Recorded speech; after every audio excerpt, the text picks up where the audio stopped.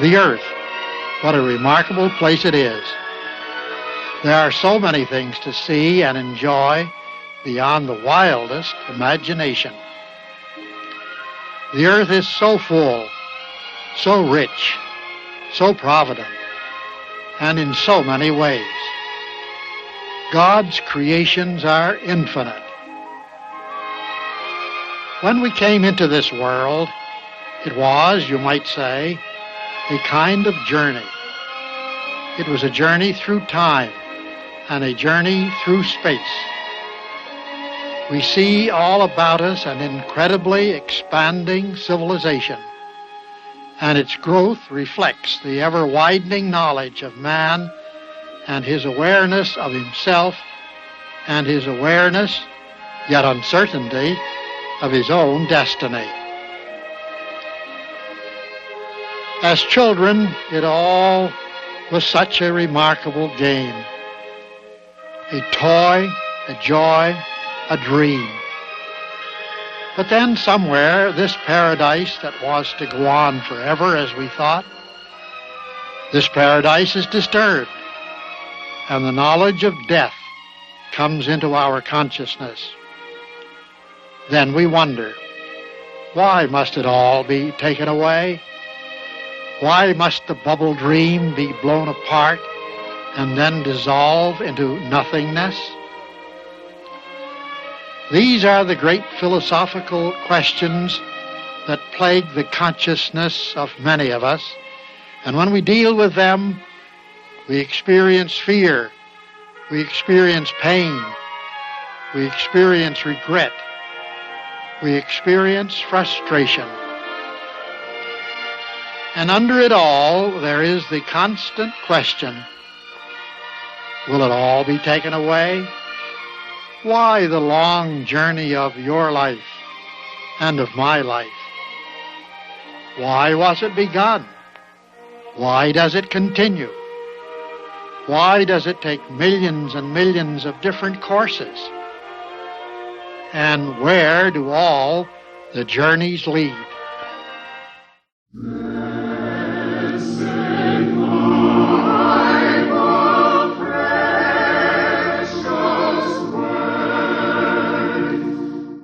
Hello, friends.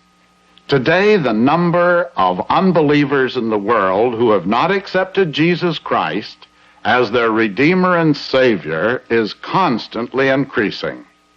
To many earnest Christians, this is a distressing situation, and particularly so if one or more of these sincere unbelievers are members of our own family. For there is a proper and loving concern as to the status of those who die in unbelief. In this program, the anxiety of one earnest wife and mother is highlighted. But as we shall see, she finds a satisfying answer to her fears.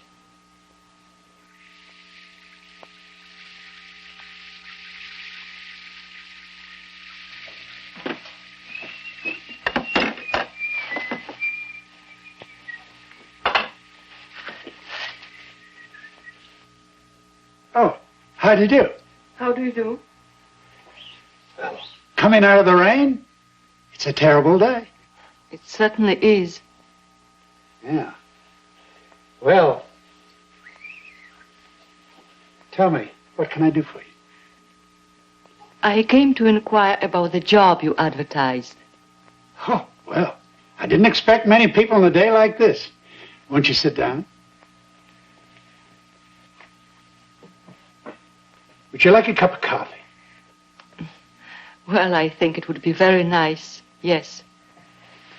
All right.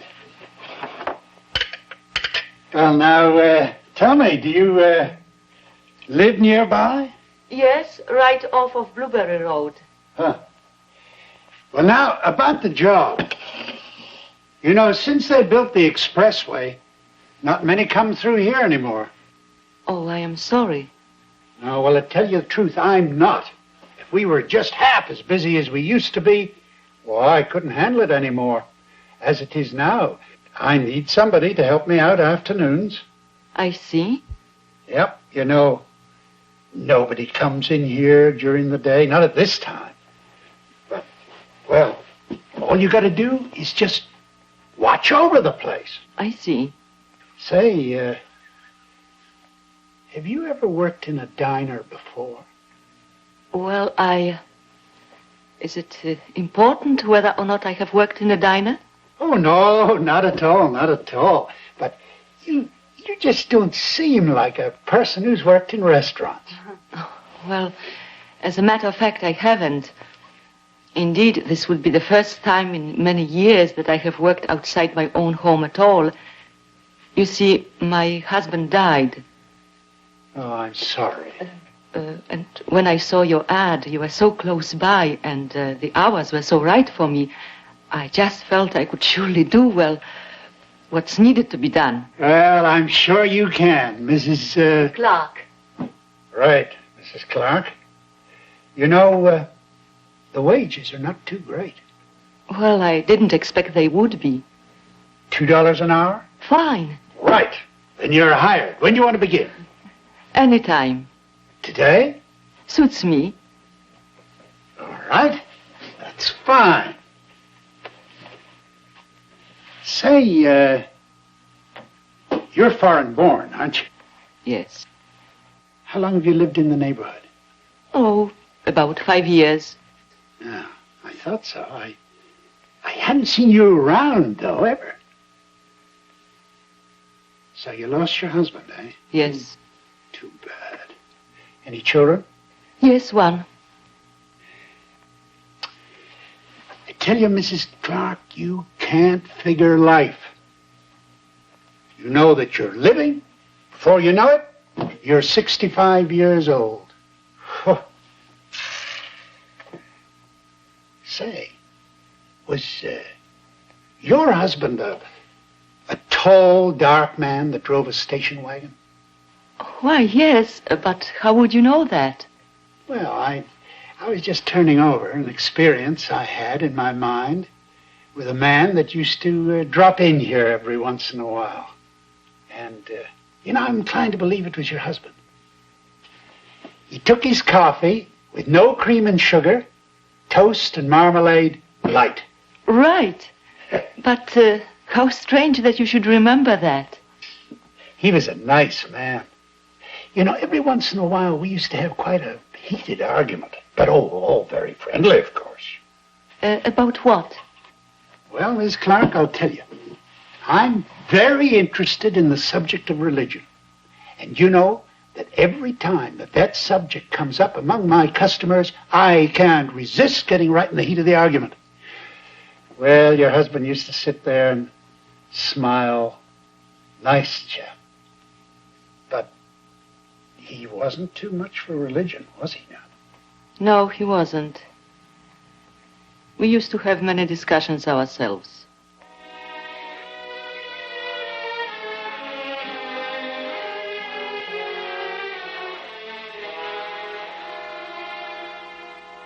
Oh, how do I look? You look as if you are going to play golf on Sunday morning. Paul, I wish you would go to church with me.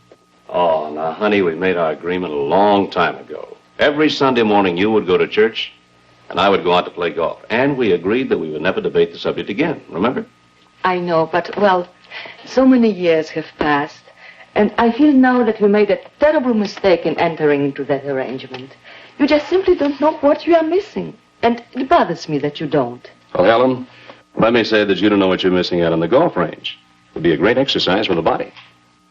Paul, it isn't your body I'm concerned about. It's your, Well, what? well, your soul. My soul? Yes, your soul. Oh, now, come on, honey. Where is this soul that you're talking about? Where does it reside in my body? In the kidneys? In the heart? In my brain? Tell me, where is it? Paul, everybody has a soul. Oh, yeah? And what happens to their soul when they die? Paul, the soul survives. It just doesn't die as you think it does. Okay, honey, so the soul survives. I'll go along with that. But granting that it survives, it must go somewhere. And where does it go? It depends. Depends on what? It depends on whether or not one has been saved before death. If you have, then you go to heaven. If not, oh, well, I hate to think about that. Paul, I wish you would go to church with me. And if I should, wouldn't that be going to church just to escape suffering after death? How long would I suffer if I die without being saved? I don't know. But it could be for a very long time. Forever? Perhaps. I don't really know. Helen, are you listening to what you're saying? Are you reasoning this thing out in a logical manner? What do you mean? Well, what kind of God would be so cruel? Even the cruelest human being you've ever heard of would not send anyone to eternal torture. Paul, we just don't know what awaits us after death. That's exactly the point I'm trying to make. We don't know. So how can we go on acting as if we did? Now, look, honey, I don't mean to be ungrateful, but here it is a beautiful Sunday morning. My beautiful wife comes to me and says she wants so much to get me saved, and I give her a hard time. Now, stop worrying about my soul. Paul, it seems I can never talk with you. And I know that I'm so right.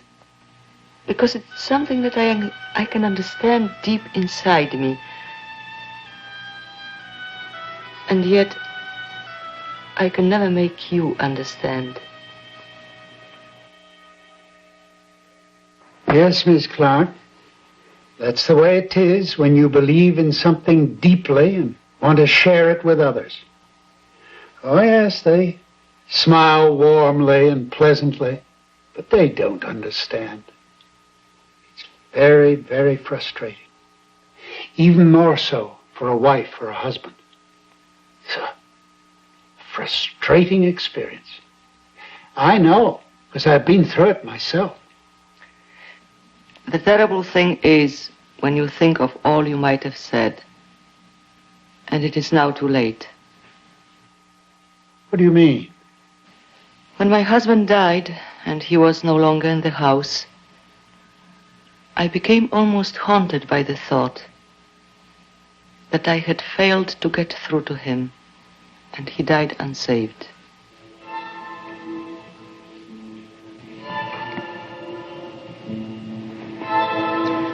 When Paul died, I became haunted by the terrifying feeling that I had failed him somehow. And I had the even more terrible feeling that it was too late to change things. I would go on long walks and go over and over again in my mind where it was that I failed. Somehow, when Paul was alive, it didn't seem that important. Of course, I would always hope that maybe tomorrow or next week it would be different. Maybe I am just being hard on myself.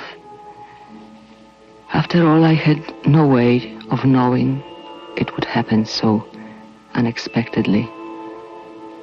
How difficult it is to bring insight into another person's life, even when they are close, even when you love them more than you can possibly imagine. He was such a good person, so kind, so considerate. It's incredible to me. Even imagine that a man like him would have to face... I can't think about it. He was not prepared to receive ideas which I have always known about since I was a child. Children, they are like seeds, and the ideas which go into their minds are like seeds. And as the years go by, these seeds grow, and the roots they take are deep. How could I expect Paul to have an understanding of things that took years and years to mature in my mind? Change. It's so hard to change someone else's idea. Why is this? Is it just a matter of logic, or it is simply that people don't like to give up established notions of the world, of life, of death, and what happens after death? I wondered to myself, why didn't God help Paul to see in time, to understand. But I know that God's ways are not always evident to us. Maybe this was part of his plan. But what could that plan be, based on what I know now? It just doesn't seem to have a solution. It's so frustrating. And so I walk and walk and walk. Well, Mrs. Clark, you really let this experience upset you. You know, maybe there's something explanatory about all this that has nothing to do with your feelings or your failure to save your husband. What do you mean? Well, Mrs. Clark, the picture of life and death that you painted to your husband is not unlike the one that I was raised with. But you know, as the years went by, I grew more and more uncomfortable with it, because deep down inside of me, it did not seem to be reasonable. Oh, well, here I go again, talking religion. Oh, but please continue. Perhaps what you have to say will be helpful. What was I saying to my husband that was wrong? You excuse me a minute. I think I've got something that will fit the subject we're talking about exactly. Yes, here we are. Now, this little book, Hope Beyond the Grave, is simply marvelous. Now, I'll read you the table of contents so that you'll have some idea of the subject matter that's dealt with. Now, what is death? Is man immortal? What about hell? What is heaven? Where is paradise? I like that question. Is man immortal? I would like to have had more information on this subject when I was talking to Paul about his immortal soul. Does the book point out where you can find this information in the Bible? No, Mrs. Clark, because the Bible does not refer to immortal soul. Not in the Bible at all? No, not at all. That theory originated with the heathens, long before the Bible was written. Now, the word soul and the plural souls appears in the Bible over 500 times. Really? Right. But in no instance is the thought ever hinted that human souls are immortal. So you see, on this point, I'm rather inclined to go along with your husband. Oh, my.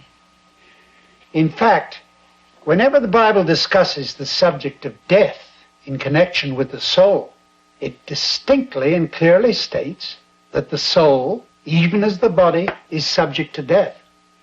Now, I have here some texts as examples. Yes, here we are. Behold, all souls are mine. The soul of the Father, so also the soul of the Son is mine. The soul that sinneth it shall die.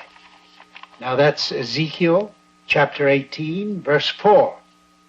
And in the New Testament, we have the words of Jesus.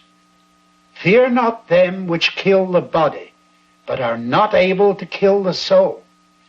But fear him who is able to destroy both body and soul in hell. Now that is Matthew chapter 10, verse 28.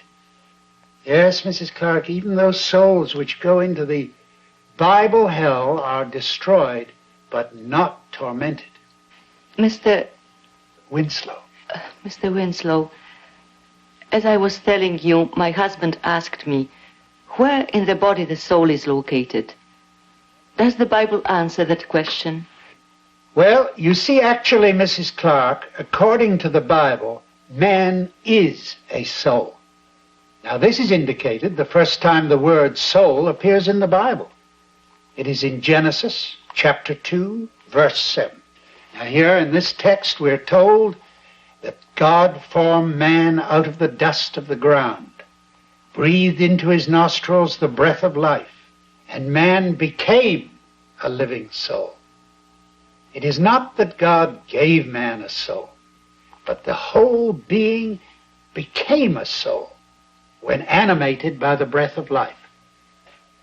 You see, some translations properly translate the expression living being. In the first chapter of Genesis, for instance, the same Hebrew words are translated living creature when reference is made to the lower animals. Now, in the book of Numbers, asses and sheep are referred to as living souls. That removes a mystery as to where the soul is located in the body. But it would mean that when a human being dies, a human soul dies. Is that right? That is correct. Is there then no hope of life after death? Ah, that's a different question. The Bible holds out a wonderful assurance of life after death. That hope is based on the promises of God to restore the dead to life in what the Bible refers to as resurrection of the dead. A resurrection of the dead. I know that the resurrection of the dead is taught in the Bible. Perhaps it has never occurred to you that there could be no resurrection of the dead if the dead are already more alive than the living. And you know, Mrs. Clark, the Bible presents a very comforting viewpoint concerning those who have died. They are pictured as being asleep. Now, those who sleep will awaken. And those who sleep in death will be awakened by the power of God. That, of course, will include your husband. Are you saying that the dead will be awakened to life right here on the earth? Yes, that's right. Oh, conditions here will be very, very different than they are now. For the reason that the kingdom of Christ will be the ruling in the affairs of men. Programs of education and enlightenment in the things of God, His law, His will, His plans for the people will be in full swing. Your husband's heart will melt and rejoice under those favorable conditions. I'm reasonably sure. Oh, that will be most wonderful. And is it really taught in the Bible? Oh, yes. You see, the whole world is dying because our first parents transgressed God's law. In Adam, all died, we read in the New Testament. But through Christ, all are to be made alive. Now, this is because He took the sinner's place in death. Is that why Jesus is referred to as the Redeemer? Yes. But are you saying that no one goes to heaven? Oh, no, that's not the thought. What the Bible speaks of as heaven has a very important place in the plan of God. The faithful footstep followers of the Master are promised a heavenly reward in the resurrection. But where we have failed to grasp the thought of God's wonderful love for His human creatures is in the supposition that all who do not qualify for heaven must be eternally lost and tormented. There is a wonderful heavenly reward for Christians, but God has blessings for the other fellow also. Will I see my husband again? Well, that question, Mrs. Clark, along with many others of similar importance, are all answered in this wonderful little book, Hope Beyond the Grave. And are the answers proved by the Bible? Oh, yes, definitely. Mr. Winslow, meeting you has lifted a terrible weight from my heart. Your words have been blessed and hope-inspiring. What you have said sounds most reasonable for me. I now have hope for my husband, which means much to me. Well, I'm glad. Very glad. Well, prosperity has returned. Here comes a customer. Most wonderful, most wonderful. Then the world is not lost to Paul, as I had thought.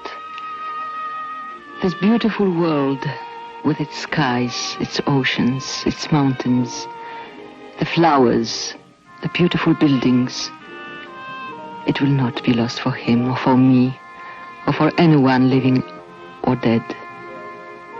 Now, for the first time, hope comes alive inside of me in a way I never thought I would ever experience again. After all, this old earth is a good place in which to live, really. Every day, our lives, we are reminded of its beauty and of its divine creation.